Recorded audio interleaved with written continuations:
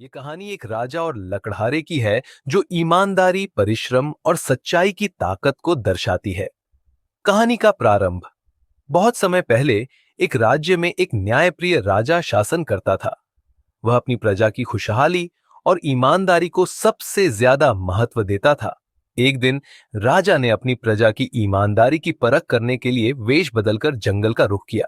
जंगल में चलते चलते राजा एक नदी किनारे पहुंचे, जहां एक गरीब लकड़हारा लकड़ी काटने में व्यस्त था।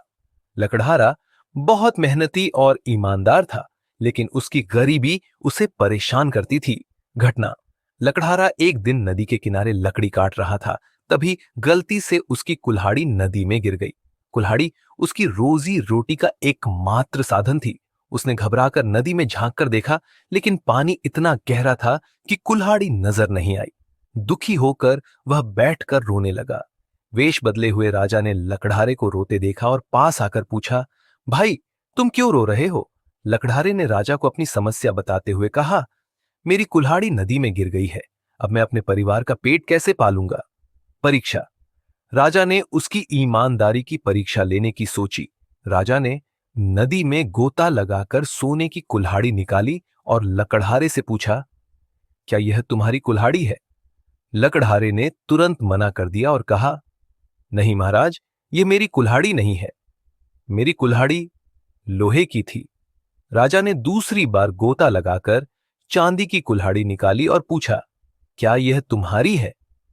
लकड़हारे ने फिर से मना कर दिया।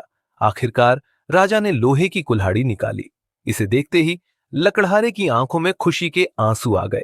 उसने कहा, हां, यही मेरी कुल्हाड़ी है। पुरस्कार। राजा लकड़हारे की ईमानदारी से बहुत प्रभावित हुए। उन्होंने लकड़हारे को उसकी कुल्हाड़ी के साथ साथ सोने और चांदी की कुल्हाड़ियां भी इनाम में दी। राजा ने कहा, तुम्हारी ईमानदारी तुम्हारे जैसे लोगों को दूसरों के लिए प्रेरणा बनाती है। लकड़हारा राजा का आभार व्यक्त करता हुआ खुशी खुशी अपने घर लौट गया। कहानी से शिक्षा।